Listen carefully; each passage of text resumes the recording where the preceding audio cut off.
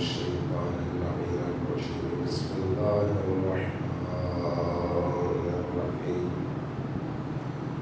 الحمد لله رب العالمين بارئ الخلائق أجمعين والصلاة والسلام على جميع الأنبياء والمرسلين سيما من سمي في الآفاق بأحمد وفي الأرض بأبي القاسم محمد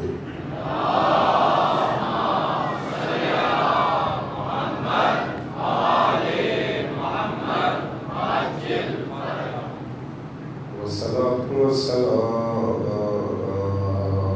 على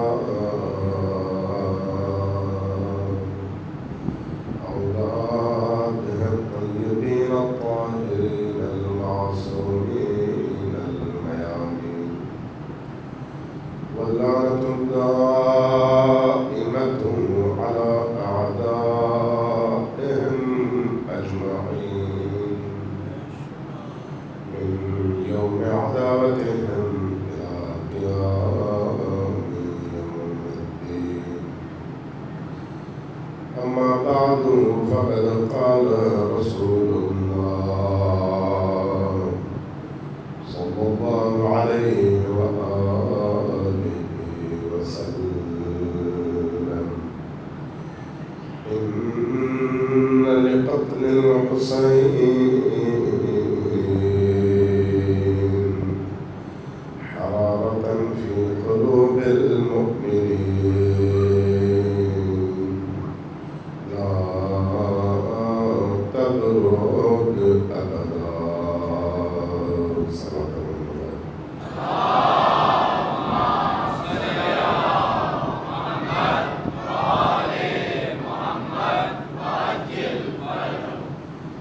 اللہ تبارک و تعالیٰ آپ سب کی ہماری ان مجلسوں میں آمد کو اور یہاں پر گزارے ہوئے وقت کو سنی ہوئی باتوں کو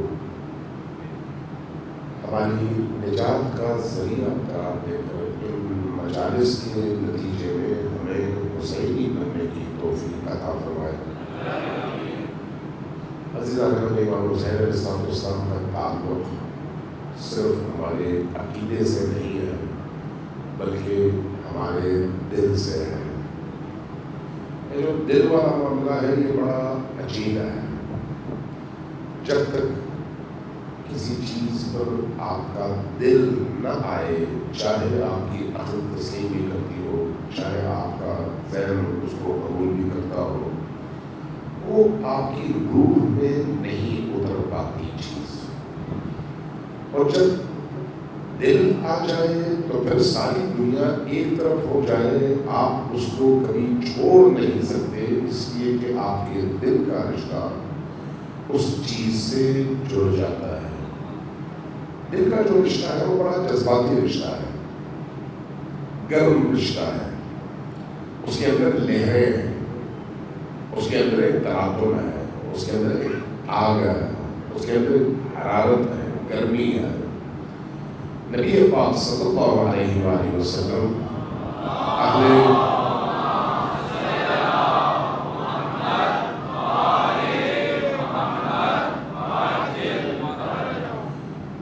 اہل ایمان اور امام حسین علیہ السلام کے درمیان جو رشتہ دیکھنا چاہتے ہیں وہ دل کا رشتہ ہے۔ تو اس حدیث سے بھی یہی بات ظاہر ہوتی ہے کہ ان لقتل الحسین حرارۃ فی قلوب العقلاء نہیں ہے، فی قلوب المسلمین نہیں ہے، فی قلوب الناس نہیں ہے۔ لوگوں کے دل میں ایک آگ روشن ہوگی، نہیں ایسا نہیں ہے۔ عقل رکھنے والوں کے اندر ایک آگ روشن ہوگی، ایسا نہیں ہے۔ مسلمانوں کے دلوں میں ایک آگ روشن ہوگی، ایسا بھی نہیں ہے۔ کیا فرمایا؟ فرمایا ان لقتل الحسین فی حرارۃ فی قلوب المؤمنین لا تبرد ابدا۔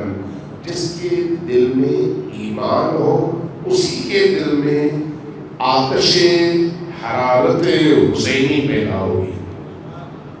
ایمان اور حسین کا عشق لازم و مطلوب.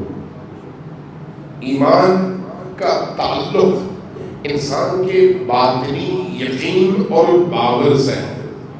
باور سے. اگر آپ کے سامنے آگ روشن ہو، اس آگ میں آپ کبھی بھی ہاتھ نہیں ڈالتے.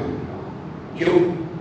اس لیے کہ آپ کو یقین ہے، باور ہے کہ یہ آگ جلا دیتی ہے.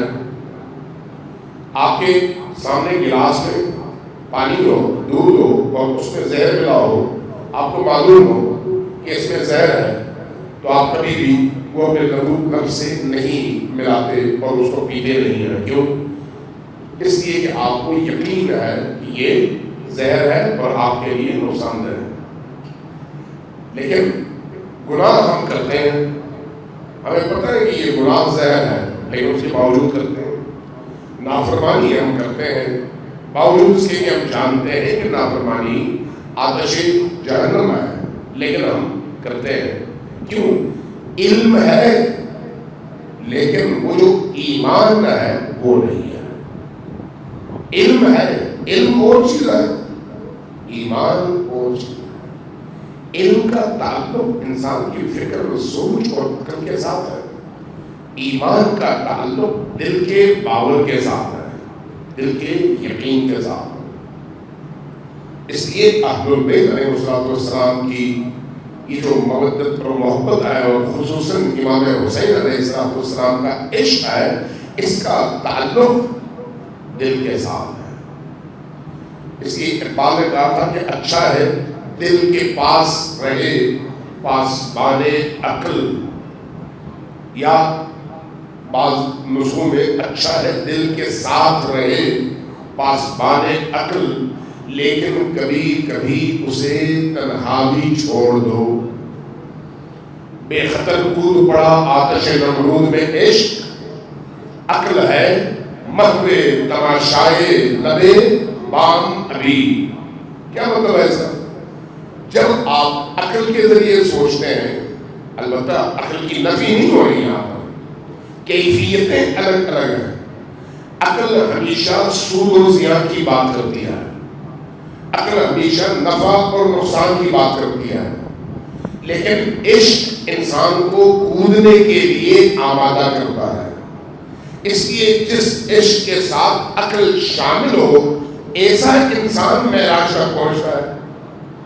امام حسین علیہ السلام کی زندگی میں آپ کو ایک طرف عقل کا کمال نظر آتا ہے اور دوسری طرف عشق کا کمال نظر آتا ہے. دونوں چیزیں کربلا کی سرزمین میں اپنے پورے وجود کے ساتھ عالم انسانیت کے سامنے ظہور پذیر نظر آتی ہے. یہی کیفیت حضرت زینب سلام اللہ علیہا کی زندگی میں نظر آتی ہے. آپ ذرا کبھی سوچیں اس بات پر کہ زینب سلام اللہ علیہا کربلا میں ان تمام مسائل سے گزرنے کے بعد جب ان کا سامنا لشکر اشقیاء سے ہوتا ہے، تو حضرت زینب سلام اللہ علیہا کا بیہیویئر، آپ کا رد عمل، آپ کا طرز عمل کیا ہے؟ ایک مجبور بے کس ماں والا ہے، یا ایک شجاع با ہمت اور با حوصلہ لیڈر اور راہبر والا ہے؟ ہمارے لوہوں میں کیا ہوتا ہے، ہمارے مرثیوں میں کیا ہوتا ہے؟ ہمارے لوہوں، ہمارے مرثیوں اور ہمارے کلچر کو ایک طرف رکھیں، اس سے آپ حضرت زینب کو پہچاننے کی کوشش کریں، اور دوسری طرف زینب سلام اللہ علیہا کے کردار کو سامنے رکھیں، ان کے خطبوں کو سامنے رکھیں، ان کے جملوں کو سامنے رکھیں، ان کے کلام کو سامنے رکھیں، لشکر اشقیاء کے مقابلے میں ان کے بیہیویئر کو سامنے رکھیں، تو آپ کو دو طرح کی ہستیاں نظر آئیں گی. ایک وہ زینب بنت علی ہے جو حقیقی معنوں میں علی علیہ السلام کی دختر بھی ہے، اور زمین پر اس لٹے پٹے قافلے کی الہی رہنما بھی ہے جس نے اپنے طرز عمل کے ہر حصے میں قرآن کی نمائندگی کیا ہے. اور دوسری طرف جس زینب بنت علی کا تصور ہم پیش کرتے ہیں وہ ایک ایسی ماں ہے جو ہمارے معاشرے میں عام طور پر ہوتی ہے. اگر کسی ماں کے سامنے اس کے بچے کو مارا جائے اس کی زندگی کا سارا کام رونا ہی ہے. وہ صرف آنسو بہائے گی, وہ صرف بین کرے گی, وہ صرف تڑپے گی, وہ صرف افسوس کرے گی. اس کو افسوس ہوگا کہ اس کے بھانجے کی شادی نہیں ہوئی, اس کو افسوس ہوگا کہ اس کا کڑیل جوان مارا گیا, اس کو افسوس ہوگا کہ اس کے بچے شہید ہو گئے اور وہ بے کس ہو گئی, تنہا رہ گئی. یہ انسانی رشتوں میں یہ جذبات ضرور ہیں, کوئی شک نہیں ہے, کوئی شک نہیں ہے. لیکن زینب سلام اللہ علیہا جہاں ایک انسانی رشتے کے حوالے سے انسان ہے, ماں ہے, بیٹی ہے, بہن ہے, بیوی ہے, وہیں پر اپنے معنویت کے حوالے سے, اپنی فکر اور شعور کے حوالے سے, اپنے سابقے کے حوالے سے, اپنی رگوں میں دوڑنے والے خون کے حوالے سے اللہ کے تمام انبیاء, تمام اولیاء, تمام آسمانی کتابیں, ان سب کے اندر جو عبد خدا, عباد الرحمن, اللہ کے عبد کی نشانیاں اور علامتیں موجود ہیں, وہ علامتیں آپ کو زینب کبریٰ میں کربلا کے میدان سے لے کر دمشق کے زندانوں تک ہر پل وہ کردار آپ کو نمایاں نظر آئے گا. اب سوال یہ ہے کہ کس کو کون سا کردار اچھا لگتا ہے؟ جس کی جیسی ہمت ہوتی ہے, جس کا جیسا ذہن ہوتا ہے, جس کی جیسی سوچ ہوتی ہے, اس کو ویسا کردار اچھا لگتا ہے. اس لیے ہمارے یہاں عام طور پر ہمارے یہاں مہندیاں نکلتی ہیں اور پھر مہندی کی ساری رسمیں ہم حضرت قاسم کے لیے کرتے ہیں ہمارے معاشرے کے اندر, چونکہ ہم ان چیزوں کے عادی ہیں. وہ چیزیں جو بظاہر ہمارے کلچر کا حصہ ہے, اور ایک ماں کی آرزو ہوتی ہے کہ کاش میں اپنے بیٹے کی شادی کر سکوں, آرزو ہوتی ہے. اور وہ آرزو اگر پوری نہ ہو تو وہ ہمیشہ زندگی میں آنے بڑھتی ہے اور کاش کاش کاش کہتے کہتے کہتے کہتے دنیا سے گزر جاتی ہے. اب ہم جب کربلا والوں کو اس آئینے میں دیکھتے ہیں تو سمجھتے ہیں وہ شاید ہماری طرح تھے, لیکن اگر ہم علی کی نگاہ سے دیکھیں تو نظر آتا ہے کہ نہیں, یہ ان انسانی رشتوں اور کلچرل رسومات سے بالا تر اللہ کی غیرت کے امین ہے, غیرت اللہ کے امین, اللہ کے علم, اللہ کے صبر, چونکہ اللہ خود بھی صابر ہے, اللہ کے صبر, اللہ کے عفو, اللہ کے درگزر کی ان صفات کی حامل ایک ایسی ہستی ہے جن کی زبان سے نکلنے والا ایک ایک جملہ بتاتا ہے کہ یہ خاتون الہی خاتون ہے, زمینی نہیں آسمانی خاتون ہے. یہ کربلا کا وہ تصور ہے. اس لیے کربلا کے حوالے سے سوچنے کے لیے دو رستے ہیں, ایک یہ جو بصیرت کا رستہ ہے اور ایک وہ جو ہمارے کلچر کا رستہ ہے. اب ہماری مرضی ہے کہ ہم کس طرح سے کربلا کو اخذ کرتے ہیں, کس طرح سے ہم کربلا سے سیکھتے ہیں, کس طرح سے کربلا کو ہم اپنے لیے آئینہ بناتے ہیں. ہم نے اگر کربلا کو رسم بنا لیا تو رسم کے نتیجے میں جیسے تاریخ گزر گئی ہم ویسے ہی ہیں جیسے رسم سے پہلے تھے. اگر ہم نے کربلا کو رسم بنا لیا تو پھر کربلا کا ایک ایک لمحہ ہماری زندگی کے ایک ایک لمحے سے اس طرح سے جڑ جاتا ہے کہ ہم اپنی زندگی کے ہر پل کربلائی بن کر میدان میں کھڑے ہو جاتے ہیں. یہ ہم پر ڈیپینڈ کرتا ہے ہم کربلا سے کیا سیکھنا چاہتے ہیں. ایک عجیب بات ہے, عجیب, ذرا سوچئے, ایک دفعہ سوال دیجیے میں محمد آج کو.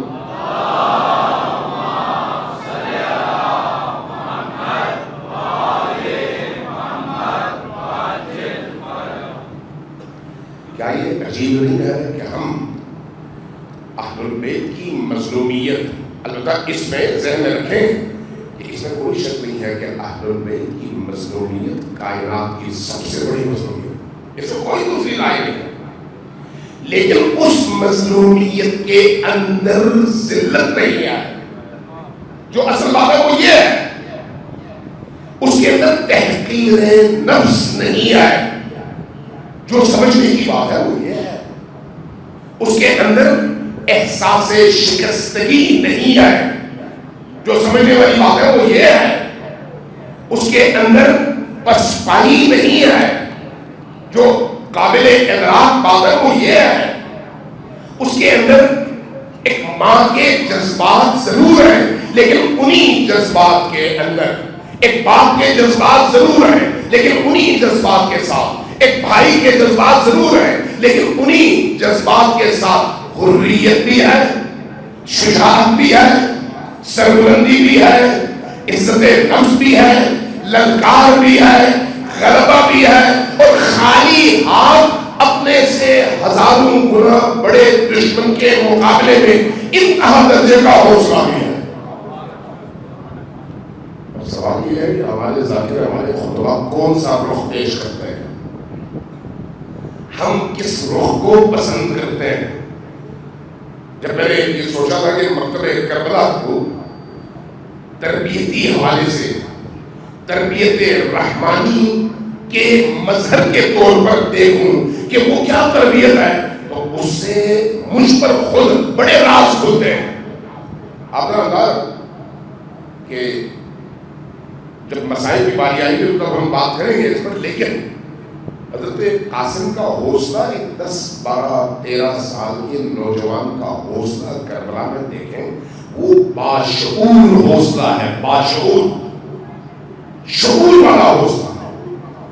کربلا میں چاہے بچیاں ہوں چاہے بچے ہوں، چاہے بوڑھے ہوں چاہے جوان ہوں، آپ کو ان کی کردار میں عظمت نظر آتی ہے، ذلت نظر نہیں آتی، خالی نظر نہیں آتی. آپ نے سنا ہوگا حضرت ایک صحابی ہے حضرت امام حسین علیہ السلام کے، مسیحی تھے. امام حسین علیہ السلام نے جب سفر شروع کیا کربلا کے لیے تو رستے میں مختلف لوگوں سے آپ کی ملاقاتیں ہوئی. جہاں جہاں مناسب سمجھا وہاں وہاں حسین ابن علی نے اپنی دعوت پہنچائی اور لوگوں کو اپنی طرف دعوت دی. ایک واقعہ میں بہت پہلے نقل کر چکا ہوں، یہ عبید اللہ ابن حر جعفی. عبید اللہ صحابی ہے، تربیت یافتہ ہے، لیکن کیسے تربیت یافتہ ہے؟ ہماری طرح سے تربیت یافتہ ہے، نماز روزے کے پابند ہیں، قبلہ رخ ہو کر نماز پڑھتے ہیں، قرآن بھی پڑھتے ہیں، لیکن وہ تربیت جس کے نتیجے میں انسان کے اندر عشق دین پیدا ہو، عشق خدا پیدا ہو، اور اس کے نتیجے میں انسان اس قیمت کا، اس چیز کی قیمت دینے کے لیے تیار ہو جائے جس کو اپنا مطلوب سمجھتا ہے. یہ جو تربیت ہے اس کے لیے کچھ اور چیزیں بھی لازمی ہیں، کچھ اور چیزیں بھی لازمی، اور وہ چیز آپ کو ان لوگوں میں نظر نہیں آتی. امام حسین علیہ السلام کے ساتھ چلنے والوں کی تعداد آپ کو کتنی ملتی ہے؟ 1000 زیادہ سے زیادہ، جنہوں نے ساتھ دیا زیادہ ہوگا، 1000 اس سے زیادہ تو نہیں ہے. لیکن شب آخر سارے لوگ نکل جاتے ہیں، صرف 72 رہ جاتے ہیں. مجھے نہیں پتا آپ کے سامنے میں نے یہ بات عرض کی ہے یا نہیں، انشاءاللہ توفیق ملے اس کی ڈیٹیل بیان کروں گا. لیکن جو سوچنے والی بات ہے، جو سمجھنے والی بات ہے وہ یہ ہے کہ یہ مکتب کربلا ہے، انسان کو کیسا انسان بنانا چاہتا ہے. جنگ احد، جنگ احد، جنگ احد کون سی جنگ ہے؟ اسلام اور کفر کے درمیان پہلی یا دوسری؟ ایک دوسری جنگ ہے. جنگ بدر پہلی جنگ ہے، اور جنگ بدر میں مسلمانوں کو فتح نصیب ہوئی. کمزوری کے باوجود، اسلحہ نہ ہونے کے باوجود، اپنے کمزور بیک گراؤنڈ کے باوجود اور ہاتھوں میں چند ڈنڈے ہونے کے باوجود اپنے سے کئی گنا بڑے لشکر پر اللہ تبارک و تعالیٰ نے ان کو فتح دی، اور فتح کے نتیجے میں دنیا کا نقشہ بدل گیا۔ احد میں یہی لوگ تھے، تعداد زیادہ تھی۔ تعداد جب زیادہ تھی، پہلے اور اب میں فرق کیا تھا؟ احد اور بدر میں فرق کیا تھا؟ اس فرق کو جو شخص سمجھ سکے وہ کربلا کو سمجھ سکتا ہے۔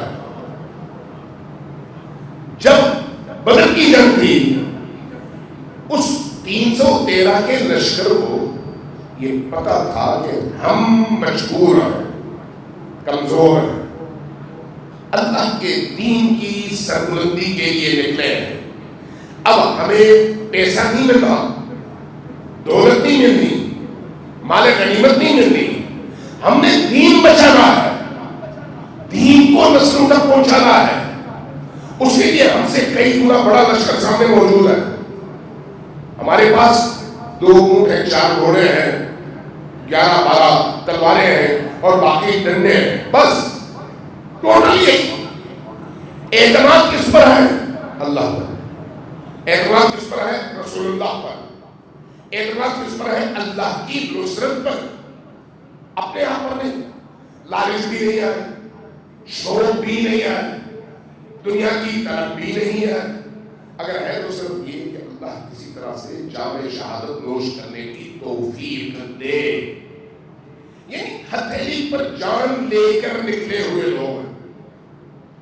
اب یہ لوگ جب میدان میں آتے ہیں، سامنے ہزاروں کا لشکر ہے، 1000 کم از کم تعداد بیان کی گئی ہے تاریخ کو، کم از کم 1000، اور یہ 313 اپنے سے 4 گنا بڑے لشکر کے مقابلے میں وہ لشکر سر سے پاؤں تک مسلح اور یہ خالی ہاتھ۔ لیکن اللہ کی نصرت بھی آتی ہے، فرشتوں کی فوج بھی آتی ہے، اور ان کا ایمان انہیں معاشرے کے اندر دشمن کے مقابلے میں پوری طاقت کے ساتھ کھڑا رکھتا ہے، اور نتیجتاً ان کو فتح نصیب ہوتی ہے۔ لیکن ادھر احد میں کیا ہوا؟ احد میں یہ مسلمان تو تھے، ان کے علاوہ بھی تھے، تعداد اب بدر کی نسبت کئی گنا زیادہ تھی۔ دشمن پر بدر کی دھاک بیٹھی ہوئی تھی، خوفزدہ تھے، یہ کم تعداد میں چلے ہو رہے، ہمارا یہ حال کر دیا تھا، اب تو تعداد بڑھ گئی ہے۔ اب ان کو تو ان معارف کا نہیں پتا کہ ایمان انسان کو کہاں پہنچ جاتا ہے۔ وہ تو یہ سمجھتے ہیں نہیں، یہ چند تعداد تھی، مختصر تعداد تھی، انہوں نے ہمیں شکست دی، اب تعداد بڑھ گئی ہے تو یہ تو ہماری جان لے لیں گے، ہمیں بڑا نقصان پہنچائیں گے۔ اسی ادھر خوف بھی تھا، ڈر بھی تھا۔ ادھر کیا تھی؟ ادھر ان کے دل میں یہ تھا کہ ہم نے بدر میں ان کو شکست دی ہے تو احد میں تو ہم اس سے زیادہ طاقتور ہیں۔ اب بجائے اس کے کہ اپنی جان ہتھیلی پر لے کر اللہ کے دین کی نصرت کے لیے میدان میں نکلے اور اللہ کی طاقت پر اعتماد کرتے ہوئے اپنے سے کئی گنا بڑے دشمن کے مقابلے میں سیسا پلائی ہوئی کالزبر الحدید بنے، اب ایک نارمل انسان کی طرح سوچنے لگے، نارمل انسان۔ نتیجتاً جب رسول کریم نے فرمایا کہ اس گروہ نے احد کی پہاڑی کے اوپر کھڑے رہنا ہے اور چاہے کچھ بھی ہو نیچے نہیں اترنا اور ہمیں خبر کرتے رہنا ہے۔ جو لوگ مدینہ گئے ہیں ان کو پتا ہے کہ احد کی پہاڑی کا مطلب کیا ہے، کیونکہ احد کی پہاڑی درمیان میں ہے، میدان جنگ سامنے ہے، اور ادھر میدان جنگ میں سامنے اگر دشمن کا لشکر ہے آپ اس کو عقب نشینی پر مجبور کرتے ہیں، تو اس کے بعد اگر ادھر سے مسلمان لشکر آگے بڑھتا ہے اور وہ اگر پیچھے سے آئے تو پیچھے سے وار کر کے مار سکتے ہیں۔ اس لیے ان کے پیچھے سے حملے کو روکنے کے لیے نبی کریم اوپر بندے بٹھا دیتے ہیں، تم لوگوں نے ہلنا نہیں ہے۔ اور یہ بخاری کی روایت بھی ہے، یہ کوئی شیعہ روایت نہیں ہے، تمام مورخین نے یہ لکھا۔ ہوا کیا؟ اوپر سے وہ جو لوگ مأمور تھے کسی بھی قیمت پر نہ ہلیں، اور نہ ہلنا ان کی ذمہ داری تھی، ان کی اطاعت اسی میں تھی، اسی اطاعت میں عبادت بھی تھی، وہ ہلے۔ کیوں ہلے؟ اس لیے جب دشمن نے آگے پسپائی اختیار کی، لشکر اسلام آگے بڑھا، تو دشمن بھاگا، کسی کی زرہ رہ گئی، کسی کی تلوار رہ گئی، کسی کا گھوڑا رہ گیا، کوئی شخص خود گرا اور مارا گیا۔ اب ایسی صورتحال میں جو کہ مال غنیمت سب کا حصہ ہے، سب نے اس میں سے کمانا ہے، لہذا اب وہ جو اعتماد تھا خدا پر، وہ جو جان بر کف تھے، جان بر کف یعنی ہتھیلی پر جان لے کر نکلنے والا ایمانی منظر، وہ بدل گیا کس میں؟ مال غنیمت۔ اور جب انہوں نے مال غنیمت سمیٹنا شروع کیا تو اوپر والے بھی جب دیکھ رہے ہیں بھائی ہم کیسے پیچھے رہ جائیں، فوراً ادھر آئے کہ ہم بھی مال غنیمت پکڑ لیں۔ اور جب وہ بھی ادھر آئے تو دشمن نے دیکھا اوپر اب کوئی نہیں ہے، پیچھے سے آیا، پیچھے سے مارا، 70 سے زیادہ لوگ شہید ہو گئے۔ کتنے؟ 70 سے زیادہ لوگ۔ احد میں یہ طاقتور لیکن ان کے 70 سے زیادہ لوگ، یہاں یہ مسلمان طاقتور بہت کی نسبت، بہت میں کمزور، یہاں طاقتور لیکن 70 سے زیادہ مسلمان شہید، اور صرف شہید نہیں ہوئے بلکہ جو باقی مسلمان تھے وہ جانیں بچانے کے لیے بھاگ گئے۔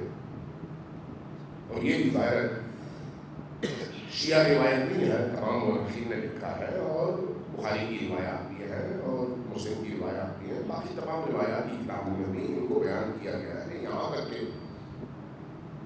کہ احد کے حوالے سے جب فضیلتیں بیان کی جانے لگیں تو امام احمد بن حنبل نے ایک روایت نقل کیا ہے فضائل صحابہ میں، ذرا صلوات بھیجو محمد والو۔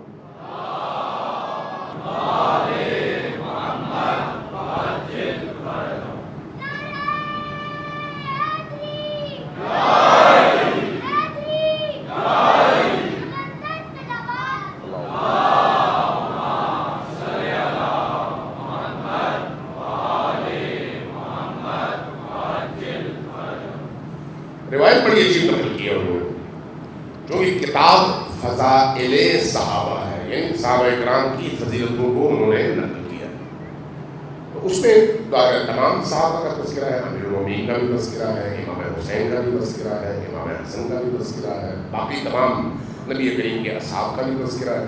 وہاں پر ایک روایت کو نقل کرتے ہیں حضرت ام المومنین عائشہ سے کہ حضرت ام المومنین عائشہ نے اپنے والد گرامی کی فضیلتیں بیان کرتے ہوئے یہ فرمایا کہ احد میں جب سارے اصحاب بھاگ گئے تھے تو اس وقت جو صحابی سب سے پہلے بھاگنے کے بعد واپس آیا وہ ہمارے والد حضرت ابوبکر تھے، کہ ان کی فضیلت ہے کہ بھاگنے کے بعد باقیوں سے پہلے وہ واپس نبی کے پاس آ گئے تھے۔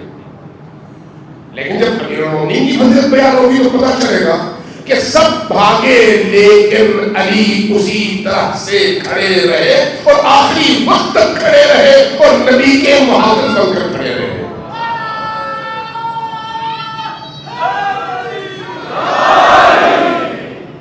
اب سوال یہ ہے کہ وہ کون سا جذبہ ہے، وہ کون سا فرق ہے جو احد اور بدر کو اس طرح سے جدا کرتا ہے؟ وہ اندر کی کیفیت ہے، وہ جو اندر کی کیفیت ہے اس کا تعلق تربیت سے ہے۔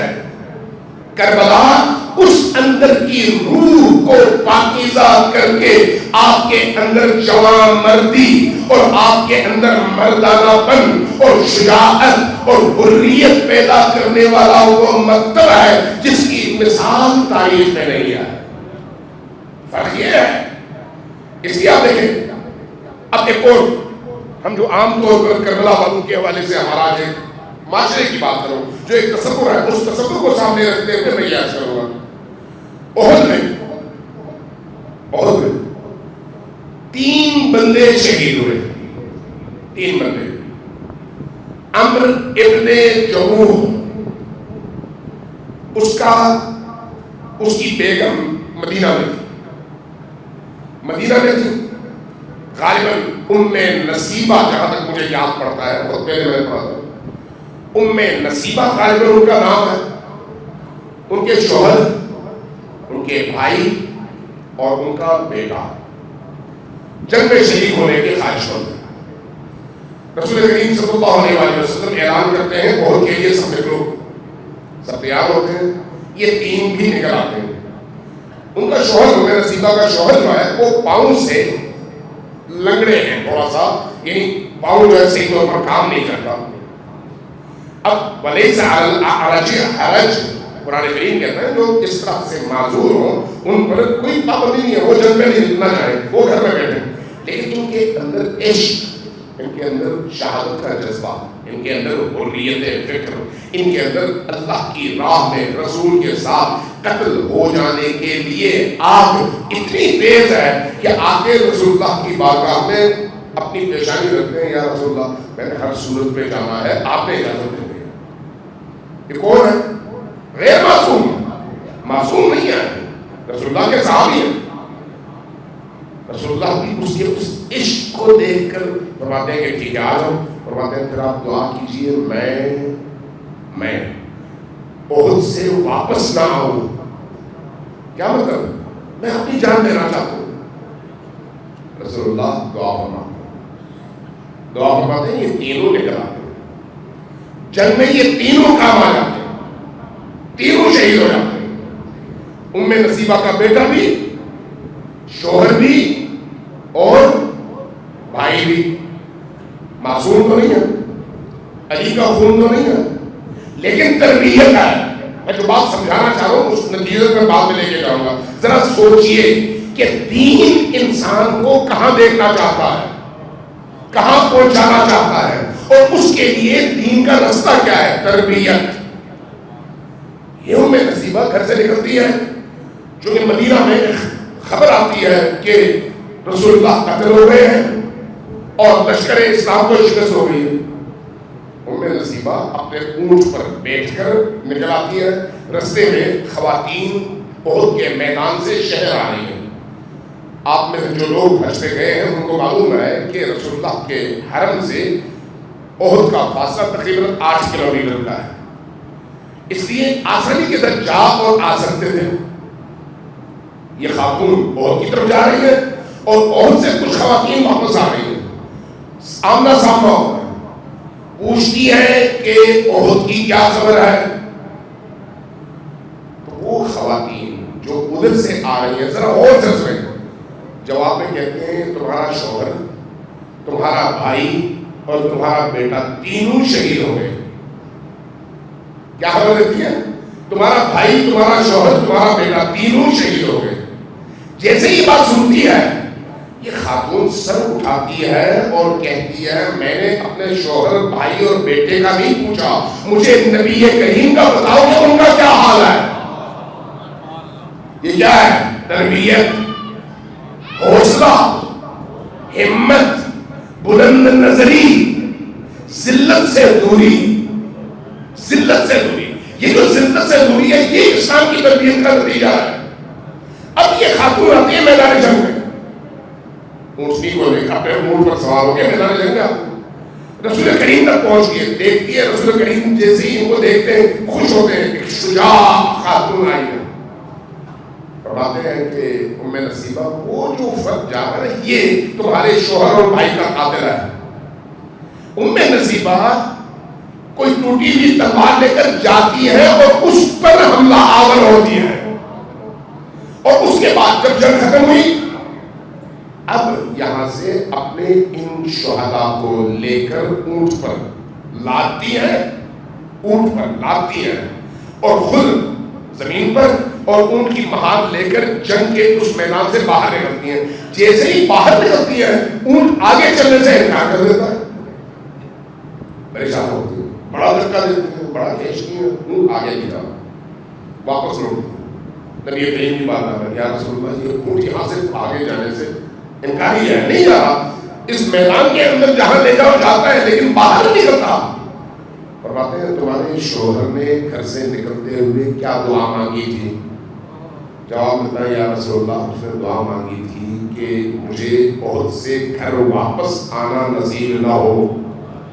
فرمایا اس کی دعا قبول ہوئی ہے، اس کو یہیں پر دفن کرو، اونٹ واپس گھر چلا جائے گا. اونٹ جب تک ان سواروں کو اپنے اوپر رکھے گا ان کو مدینہ نہیں لے جائے گا، اس لیے کہ ان کی دعا یہ ہے کہ وہ یہیں پر دفن ہو.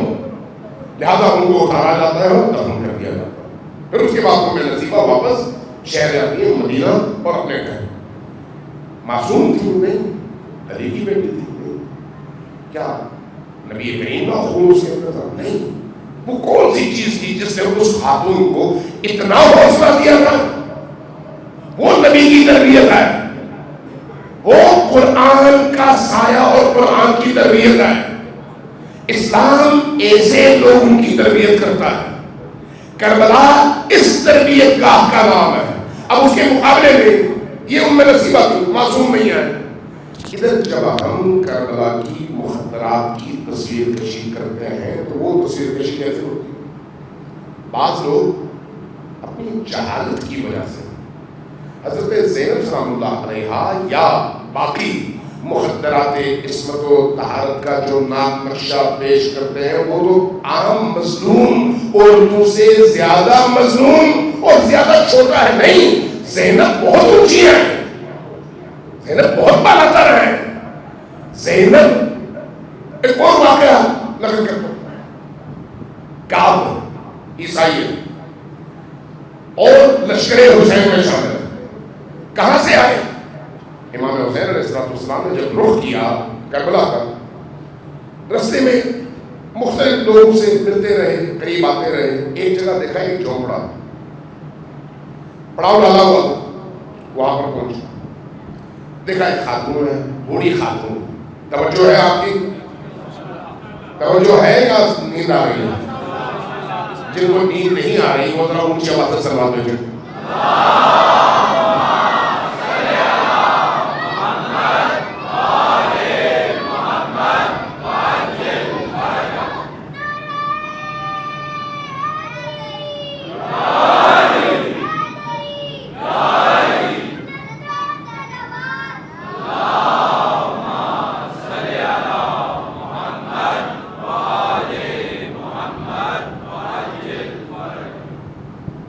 وہاں پر پڑاؤ ڈالا اور خود اس جھونپڑے کی طرف گئے. دیکھا ایک بوڑھی خاتون بیٹھی ہوئی ہے. بوڑھی وہ جو صحرا نشین ہے، بھیڑ بکری ہو. پوچھا تمہارا نام کیا ہے؟ کہا یہ نام ہے. اچھا کون ہو تم لوگ؟ کہا ہم مسیحی ہیں. اچھا عیسائی؟ تو تمہارے گھر میں کوئی اور ہے؟ کہا کہ میرا بیٹا ہے اور میری ایک نوبیاہتا میری بہو ہے. کہا وہ کہاں پر ہے؟ وہ بھیڑ بکریوں کو لے کر گئے ہوئے ہیں چرانے کے لیے. اچھا میں کوئی خدمت کر سکتا ہوں تمہاری؟ کون؟ امام حسین علیہ السلام. میں تمہارے لیے کیا کر سکتا ہوں؟ عرض کیا کہ یہاں پر ہمارے پاس سب کچھ ہے لیکن میٹھا پانی نہیں ہے. کافی دور کنواں ہے، جب ہم وہاں سے پانی لے کر آتے ہیں تو کافی دنوں تک وہ پانی استعمال کرتے ہیں، ختم ہو جاتا ہے. دوبارہ ہم وہاں پر جاتے ہیں پانی لینے کے لیے، لیکن فاصلہ بہت زیادہ ہے، بڑی تکلیف میں ہوتے ہیں. تو یہاں پر جو ہمارے پاس کنواں ہے اس کا پانی پینے کے قابل نہیں ہے، ہماری مشکل ہے. فرماتے ہیں اچھا اپنے اعجاز سے، اپنی کرامت سے اس پانی کو میٹھے پانی میں تبدیل فرماتے ہیں. کہتے ہیں اب تھوڑی یہ مشکل ہے. کوئی اور مشکل؟ نہیں کوئی مشکل نہیں. فرماتے ہیں اچھا ریو کرو، میں جا رہا ہوں، میرا قافلہ فلان جگہ ہے، یہاں سے نظر آتا ہے. جب تمہارا بیٹا واپس آئے تو اس سے کہنا کہ اس طرح سے کوئی صاحب آئے تھے، تمہیں انہوں نے یاد کیا ہے، واپس پلٹ جاتے. یہ خاتون بیٹی اس رستہ میں شام کو ان کا بیٹا آ گیا، بہو آئی، اپنے بیٹے کو بتایا کہ ایسی باکرامت شخصیت تھی جن کو دیکھ کر حضرت مسیح یاد آئے، اور ان کی کرامت دیکھ کر مجھے محسوس ہوا کہ یہ اللہ کے برگزیدہ ہیں، اور انہوں نے ہمارا پانی بھی میٹھا کر دیا. اور جاتے جاتے یہ پیغام دیا کہ تمہیں بتاؤں کہ وہ اپنے خیمے میں تمہارے منتظر ہیں. بیٹے نے کہا کہ ٹھیک ہے ہم سب چلتے ہیں ساتھ، سب چلتے. وہاں پہنچے، جب پہنچے یہ کعبہ ہے. امام حسین علیہ السلام اس کو مخاطب کرتے ہیں، فرماتے ہیں مجھے پہچان دے. کہا میں اللہ کے رسول کا بیٹا حسین ابن علی، میرے بابا محمد الرسول اللہ ہے، اور میں اسی طرح سے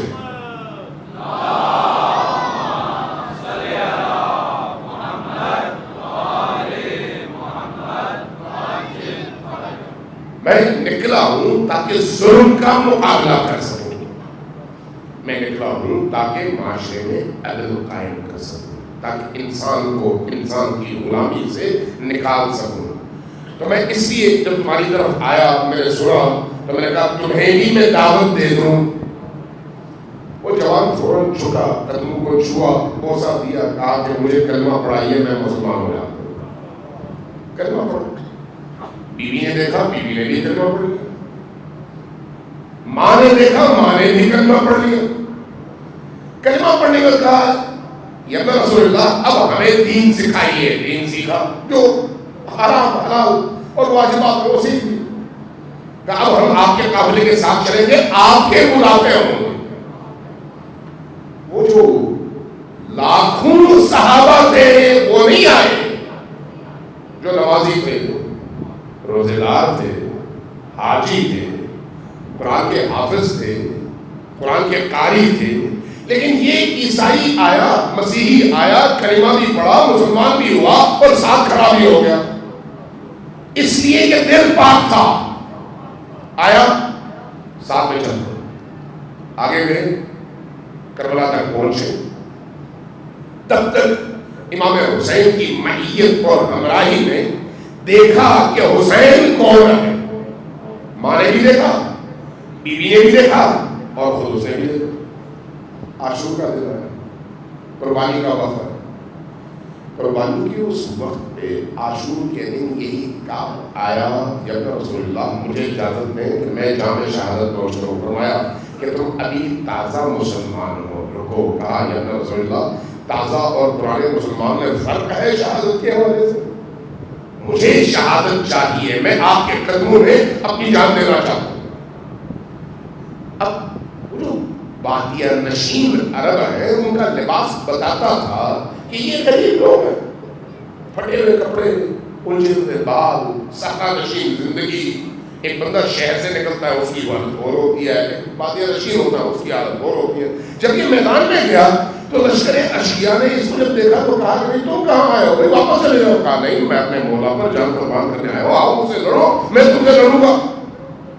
بہرحال لڑائی ہوئی، یہ جوان ایک شخص پہ وار کیا، سر جدا ہو گیا، پہلی وار میں سر جدا ہو گیا۔ یہ لڑا جتنا اس سے ہو سکتا، جب سر جدا ہوا تو اس شخص نے بالوں سے سر کو پکڑا اور لشکر حسینی کے قریب آیا، جو کہ ماں دیکھ رہی ہے، یوں ماں کی طرف پھینک کر کہا ہم نے کہا تو تھا کہ اپنی جان نہ گنواؤ، تو اس نے جو اپنی جان کی پرواہ نہیں کی، سر کٹا دیا۔ یہ وہ پھر اپنا بیٹا واپس لے۔ یہ جو ماں ہے، ماں، یہ ماں پہلے مسیحی تھی، ابھی اس کو مسلمان ہوئے جمعہ 8 دن نہیں ہوئے۔ یہ خاتون آگے بڑھی، اپنے بیٹے کے سر کے بالوں سے یوں پکڑا، میدان میں آئی اور اس قاتل کو مخاطب کیا اور فرمایا ہم وہ ہیں جو جب اپنے بچے اپنے مولا حسین پر قربان کرتے ہیں تو پھر اپنی قربانی واپس نہیں لیتے، یوں پھینکا تاکہ سر انہی کے پاس جا کر گرے۔ کون ہے؟ ماں۔ کیسی ماں؟ غیر معصوم ماں، لیکن حسین کی بارگاہ میں تربیت شدہ ماں، حسین کی بارگاہ میں حسین سے دین سیکھی ہوئی ماں۔ جب یہ منظر اس کی بیوی نے دیکھا تو اپنے خیمے میں گئی، خیمے کا کھوٹا، یہ جو ڈنڈا ہوتا ہے یہ اکھاڑ کے آئی، حملہ آور ہوئی اسی ڈنڈے کے ساتھ، اسی ستون کے ساتھ حملہ آور ہوئی لشکر اشیاء میں۔ اور تاریخ بتاتی ہے کہ کربلا کی واحد شہیدہ خاتون یہ ہے جو مسیحیت سے آئی، مسلمان ہوئی اور حسین کی بارگاہ میں اپنی جان دے دی۔ اب آپ بتائیے کربلا کی تربیت کیسی تربیت ہے؟ حوصلہ، ہمت، سربلندی۔ سلوات بھیجیے محمد وآل محمد۔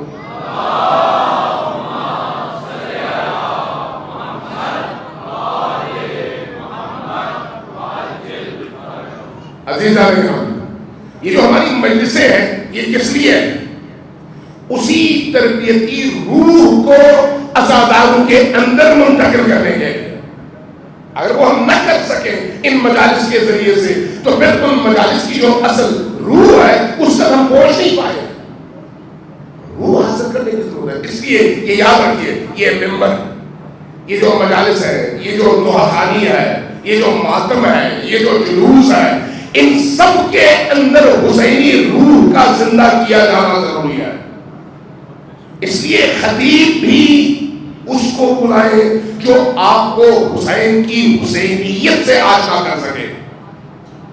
نوحہ خان بھی ایسے تربیت کریں جو جب نوحہ پڑھے تو اس کے نوحے کے جملے, اس کے نوحے کے مصرے آپ کے اندر آپ کے بال کھڑے کر دے, آپ میں حوصلہ بھرے, آپ کے اندر ہمت پیدا کرے, اور ایک ایک مصرع, ایک ایک شعر, ایک ایک کلام کا حصہ آپ کو کربلا والوں سے جوڑ دے. یہ زبانی ہے, یہ نوحہ خوانی ہے. وہ نوحہ جو آپ کو کربلا سکھائے, وہ نوحہ, وہ مرثیہ جو آپ کے اندر کربلائی روح پیدا کرے, وہ مرثیہ یا وہ نوحہ جس میں صرف پین نہ ہو. رونا تو ہے, صرف رونا نہیں, وہ رونا جس کے نتیجے میں ایک ایک مصرع اور ایک ایک لفظ آپ کو کربلا سکھا سکے اور میدان میں کھڑا کر سکے, آپ کی والدہ کو کھڑا کر سکے, بیٹی کو کھڑا کر سکے, اور جب مشکل آئے تو بیٹیاں بھی اسی طرح سے کھڑی ہوں جس طرح سے باپ کھڑا ہوتا ہے. صلوات جنت محمد والے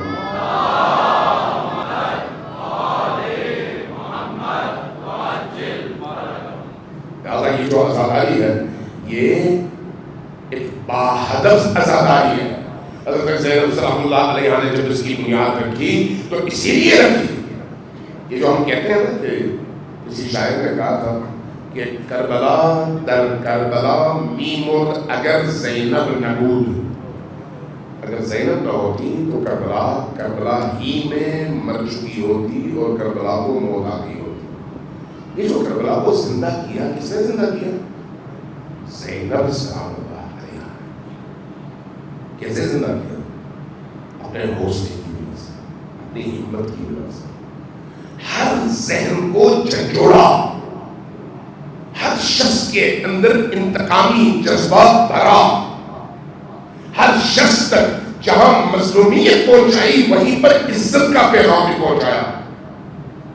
ہر شخص کے سامنے اس طرح سے یزیدیت کو للکارا کہ یزیدی ایوانوں میں لرزہ برپا ہو گیا, زلزلہ آ گیا, یزید کو کہنا پڑ گیا. وہ یزید جس نے یہ سارے مطالب کیے, لیکن جب اس نے دیکھا کہ خود بہائے زینبی, کلام زینبی, کلام امام سجاد علیہ السلام کے نتیجے میں اس معاشرے کے اندر ایک تلاطم برپا ہو رہا ہے, تو وہ اس تلاطم کو دیکھ کر سہ نہ سکا, مجبوراً اس کو کہنا پڑا کہ ابن زیاد نے اپنی مرضی کی, عمر صاحب نے اپنی مرضی کی, میں تو نہیں چاہتا تھا اپنے آپ کو باہر نکالنے کے لیے, جبکہ اصل مجرم وہی ہے. کیوں؟ اس لیے کہ معاشرے کا پریشر, اور معاشرے کے اندر پریشر کس نے پیدا کیا؟ زینب کبریٰ سلام اللہ علیہ, شہدائے کربلا کے اس پاکیزہ خون نے. صلوات جنت محمد والے محمد.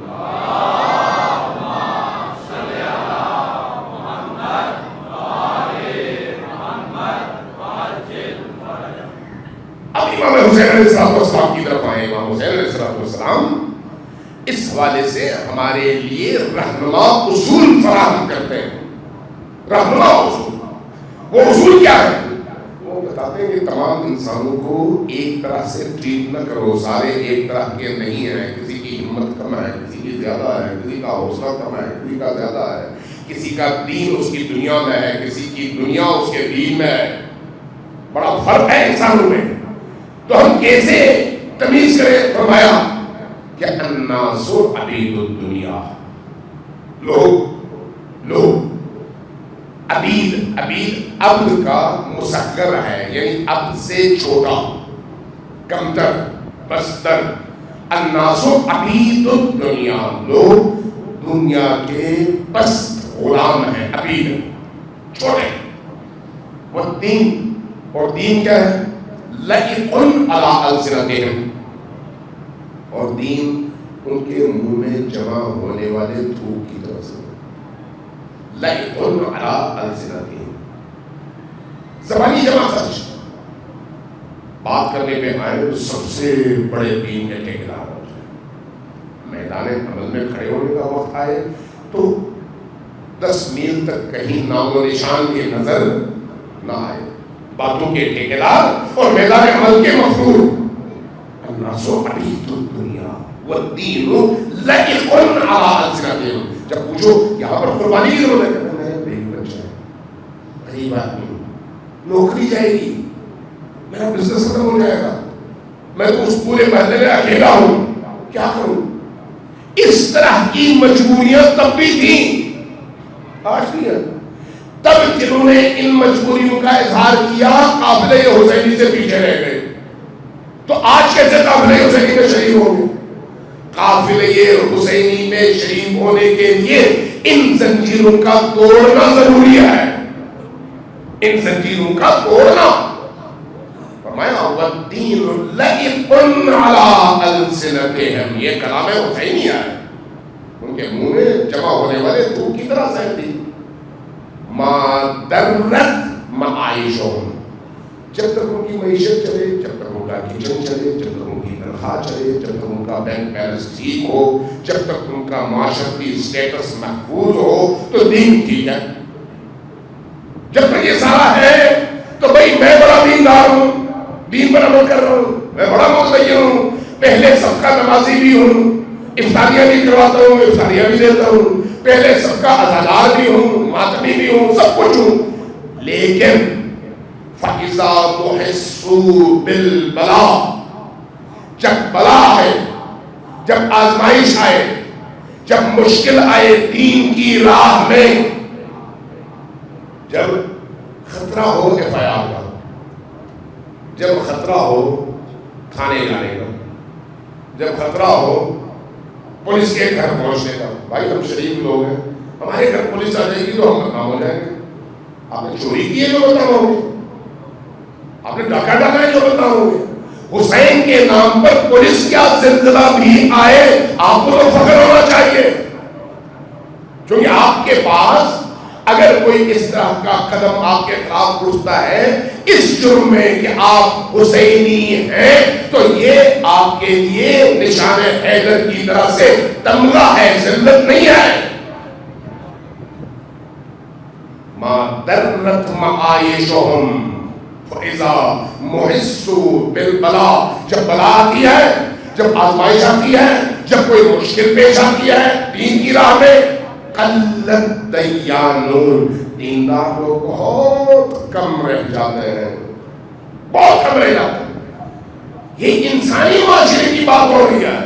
یہی کیفیت امام حسین علیہ السلام کے ساتھیوں کے حوالے سے آپ کے سامنے ہے کہ لاکھوں میں سے صرف 72 نکلتے ہیں. امام زمان کے حوالے سے بھی ایسا ہی ہے. جب کہا جاتا ہے کہ 313 تیار ہو جائیں تو امام کا ظہور ہوگا، تو عربوں انسانوں کے درمیان 313 شاخص اور نمونے، تعداد کم. ہمیشہ ہمیشہ اہل حق، اہل صفا، اہل پاکیزگی اور باطنی نورانیت کے حامل لوگوں کی تعداد انسانی معاشروں میں ہمیشہ کم رہتی ہے. سوال یہ ہے کہ ہم ان کے ساتھ ہیں یا ان کے ساتھ ہیں. کبھی بھی اسلام اور کفر کا معیار، حق اور باطل کا معیار، درست اور غلط کا معیار آپ کا اجتماع نہیں ہے. بعض لوگ بڑا ہی غلط تصور پیش کرتے ہیں اور بعض لوگوں سے نقل بھی کرتے ہیں کہ بھئی فلان بزرگ نے یہ فرمایا کہ ہماری حقانیت کی گواہی ہمارے جنازے دیں گے. چونکہ ہمارے جنازوں میں لاکھوں لوگ آئیں گے. بھائی جنازے حقانیت کی گواہی نہیں دیتے، آپ کا کردار دیتا ہے. آپ کا کردار اگر ٹھیک ہے، جنازہ کوئی نہ پڑھائے تو آپ ابو ذر بن کر غربت میں دفن ہو جاتے ہیں، لیکن اللہ کے مقرب ترین بندے بنتے ہیں. جنازے میں کوئی نہیں ہے، لیکن اگر آپ حق کے رستے پر نہ ہو، پورا شہر عمر آئے لیکن ان کے عمر آنے سے آپ جنت نہیں جاتے، جہنم پہنچ جاتے ہیں۔ معیار لوگ نہیں ہیں، معیار آپ کا کردار ہے۔ صلوات اللہ علیہ وسلم۔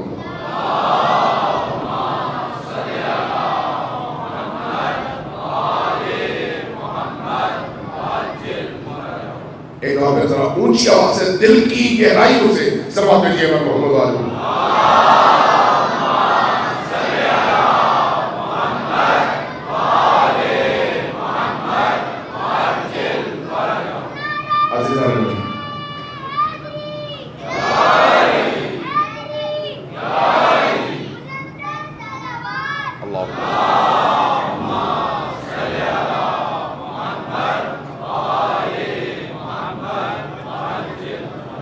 میں چاہ رہا تھا مسائل کی طرف جاؤں، لیکن ایک دو جملے ضرور عرض کرنا چاہوں گا ان بچوں کو دیکھ کر۔ یاد رکھیے، بچے جب تک مسجدوں میں نہ آئیں، بچے جب تک مسجد اور امام بارگاہ کی اس معنوی فضا سے آشنا نہ ہو، ان کی پاکیزہ تربیت ممکن نہیں ہے۔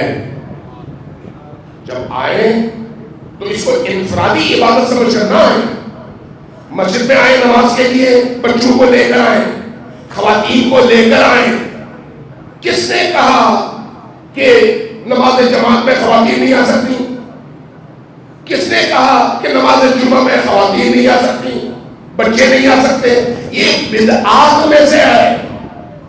جس طرح سے واجبات مرد پر ہے اسی طرح سے خواتین پر ہے، اور خاتون اگر تربیت یافتہ ہو جائے تو معاشرے کے 80% مسائل حل ہو جاتے ہیں۔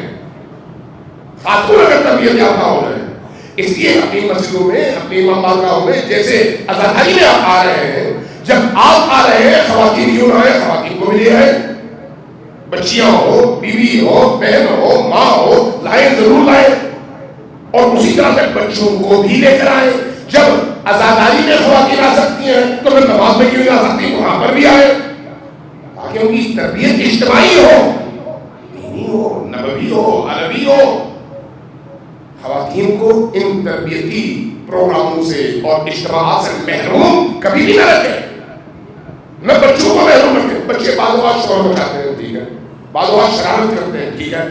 آپ اگر انسان ہیں اور تربیت یافتہ ہیں تو آپ کے صبر کا پیمانہ اس لیول پر ہونا چاہیے کہ بچے کی شرارت آپ کو متاثر نہ کرے۔ لیکن اگر آپ غضبناک ہوتے ہیں، اس کا مطلب یہ ہے کہ آپ پر آپ کی انسانیت نہیں، آپ کی حیوانیت غالب ہے۔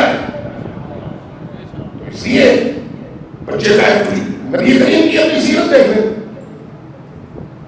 لوگ نبی کریم کی بارگاہ میں حاضر ہوتے تھے، بچے ساتھ ہوتے تھے، تو بعض اوقات ان بچوں کو نبی پیار کرتے تھے، محبت کرتے تھے، بوسہ دیتے تھے، اپنی گود میں بٹھاتے تھے۔ ایک بچہ آیا، آپ نے گود میں بٹھایا، اس بچے نے نبی کی گود میں پیشاب کر دیا۔ اب دیکھنے والے پریشان اور اس کے والد بھی انتہائی پریشان، یہ کیا قیامت آ گئی؟ نبی کریم نے فرمایا کہ نہیں، اس کو اپنا کام کرنے دو، بچہ کوئی بات نہیں، میں کپڑے دھو دوں گا، پاک ہو جائے گا۔ لیکن بچے کو ڈانٹنے سے اس کی روح جس طرح سے متاثر ہوگی، اس کا تم دوبارہ علاج نہیں کر سکتے، وہ گہرا زخم ہے، وہ رہ جاتا ہے۔ اس لیے بچے کو اپنا کام کرنے دو، بچہ مسجدوں میں بچوں کو آنا چاہیے، امام بارگاہوں میں بچوں کو آنا چاہیے، ان کو کھیلنا بھی چاہیے۔ ہاں، اگر آپ اہتمام کر سکتے ہیں تو بچوں کے لیے تھوڑا سا کھیلنے کا میدان بنا دیں، 2-4 کھلونے رکھ دیں، بچے مصروف ہو جائیں، لیکن مسجد کی روحانی فضا سے بچے ہمیشہ آشنا ہوں، امام بارگاہ کی روحانی اور معنوی فضا سے بچے ہمیشہ آشنا ہو، علم سے آشنا ہو، پنجے سے آشنا ہو، منبر سے آشنا ہو، نماز سے آشنا ہو، کریا سے آشنا ہو، ماتم سے آشنا ہو۔ یہی ان کی تربیت کی بنیاد ہے۔ اگر آپ بچے کو بچہ کہہ کر روکیں گے تو کل یہی بچہ موبائل کی وجہ سے، دوسرے الیکٹرانک آلات کی وجہ سے وہاں جائے گا جہاں پر آپ کے جہنم کا سامان پر فراہم ہو سکتا ہے، بہشت کا کبھی بھی نہیں ہو سکتا۔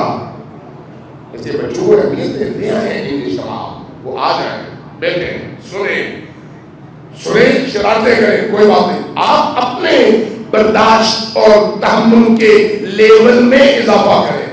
سب آپ بجے کر محمد والے محمد.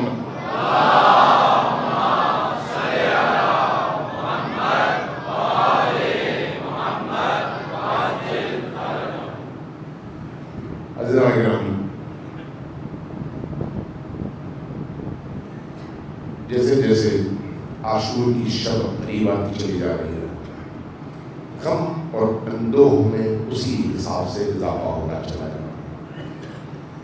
یہ راتیں بہت قیمتی راتیں ہیں. اگر غور کریں تو آج رات کے بعد صرف کل رات حسین ابن علی ہمارے مہمان ہیں، اور پھر پرسوں صبح یعنی عاشور کی صبح انہوں نے شہادتوں کے دفتر کھول رہے ہیں. پھر اس طرح کا ماحول آپ کو نہیں ہوگا.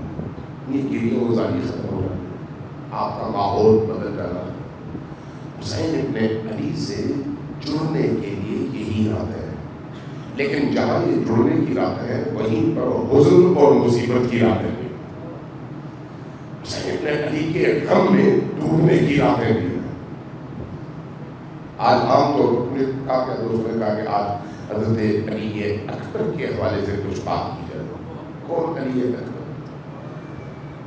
حسین ابن علی کے دل کا ٹکڑا، جس سے حسین کو عشق ہے، جس سے حسین کو محبت ایک پدری نہیں بلکہ کئی حوالوں سے محبت ہے. اور سب سے بڑا حوالہ کیا ہے؟ فرماتے ہیں کہ میں علی اکبر کے چہرے میں اپنے نانا کا چہرہ دیکھتا ہوں. جب وہ بولتا ہے تو مجھے میرے نانا یاد آتے ہیں. جب وہ کوئی کام کرتا ہے تو اس کے اخلاق سے نبی کریم کا اخلاق چھلکتا ہے.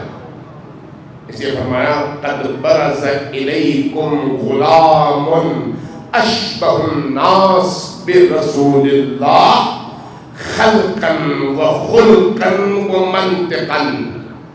اب تمہارے پاس میں ایک ایسے جوان کو بھیج رہا ہوں جو اپنے خلق کے اعتبار سے یعنی تخلیق میں، اپنے خلق کے اعتبار سے یعنی اخلاق میں، اور اپنے جمال اور چہرے کے اعتبار سے یعنی صورت میں میرے نانا رسول اللہ کا شبیہ ترین ہے. سب سے زیادہ میرے نانا سے ملتا ہے یہ جوان، اس کو میں تمہارے پاس بھیج رہا ہوں. یہ جوان کون ہے؟ یہ علی اکبر ہے. علی اکبر ناموں کی ترتیب بھی دیکھیں. میں اس غلط فہمی کا بھی اظہار کروں کہ ہمارے یہاں عام طور پر حضرت علی اکبر کو چھوٹا اور حضرت امام سجاد کو بڑا سمجھا جاتا ہے، لیکن علی اکبر اکبر خود بتاتا ہے کہ یہ بڑا علی ہے. چونکہ امیر امام حسین علیہ السلام کو اللہ نے 3 بیٹے دیے. تینوں کے نام کیا رکھے؟ علی اکبر، علی اوسط، علی اصغر. علی اکبر حضرت علی اکبر، علی اوسط حضرت امام سجاد، اور علی اصغر حضرت علی اصغر. تو یہ علی اکبر خود اپنی روح کے اعتبار سے بھی اس مقام پر ہے کہ جب کربلا کی طرف آتے ہوئے رستے میں اچانک حضرت امام حسین علیہ السلام کے لبوں پر ایک جملہ آتا ہے، انا للہ و انا الیہ راجعون. یہ کلمہ استرجاع جب یہ جوان سنتا ہے تو پلٹتا ہے، پوچھتا ہے کہ بابا جان یہ آپ نے کلمہ استرجاع پڑھا؟ انا للہ و انا الیہ راجعون. فرماتے ہیں کہ مجھے ایک حاطف غیبی کی آواز آئی جو کہہ رہا تھا کہ یہ قافلہ موت کی طرف بڑھ رہا ہے، اس لیے میں نے زبان پر یہ جملہ جاری کیا اور کہا. فرمایا السنا علی الحق. روح کی بلندی دیکھیے، السنا علی الحق، کیا ہم حق کے راستے پر نہیں ہیں؟ فرمایا ہاں بیٹا ہم ہی حق کے راستے پر ہیں. فرمایا پھر لا نبالی، پھر تو ہمیں کوئی پریشانی نہیں ہونی چاہیے کہ موت ہم پر آ پڑے یا ہم موت پر جا پڑے. یہ شجاعت علوی ہے جو علی اکبر کے کردار میں زندہ ہے. لہذا جب آپ